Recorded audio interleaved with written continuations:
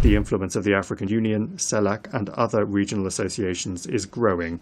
These new realities have not yet been adequately reflected in our organization's institutional framework.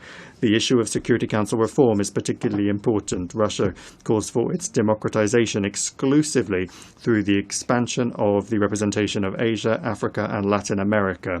We support the application of Brazil and India for permanent seats on the Council, while at the same time correcting the historical injustice towards Africa within the parameters that have been agreed by the countries of the continent themselves. Bhutan believes in a United Nations that is representative, responsive, and effective. We seek a multilateralism that delivers results, not just resolutions.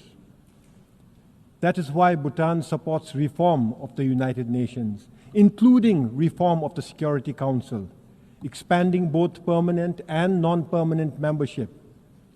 A reformed Security Council must include deserving nations such as India and Japan, alongside other capable and leading countries to reflect today's complex realities. As we look toward the UN at 100, Africa has the legitimate right to have its say in matters of the world, with no less than 2 permanent seats on the Security Council. India has now emerged as a major global player and should have a permanent seat on the Council commensurate with its constructive role in global affairs. Mauritius also supports the G4 and the L69 in their efforts to promote a constructive dialogue on a more representative and equitable composition of the Security Council. Mr. President, I argued for a reformed Security Council, a council where currently underrepresented regions would have a stronger voice through permanent seats at the table. The number of permanent members should be increased in the UN Security Council. At least there should be 2 new seats for Asia, 2 for Africa, and 1 for Latin America. I think I'm going to say this every year because it's the only place where I get applause.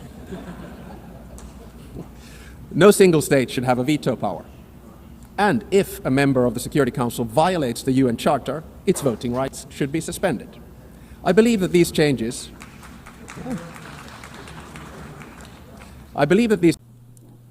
Central to the erosion of the UN's credibility has been resistance to reform.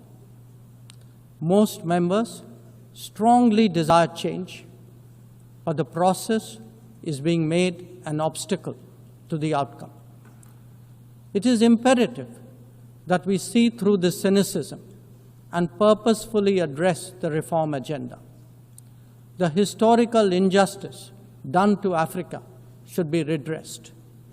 Both permanent and non-permanent membership of the Council must be expanded.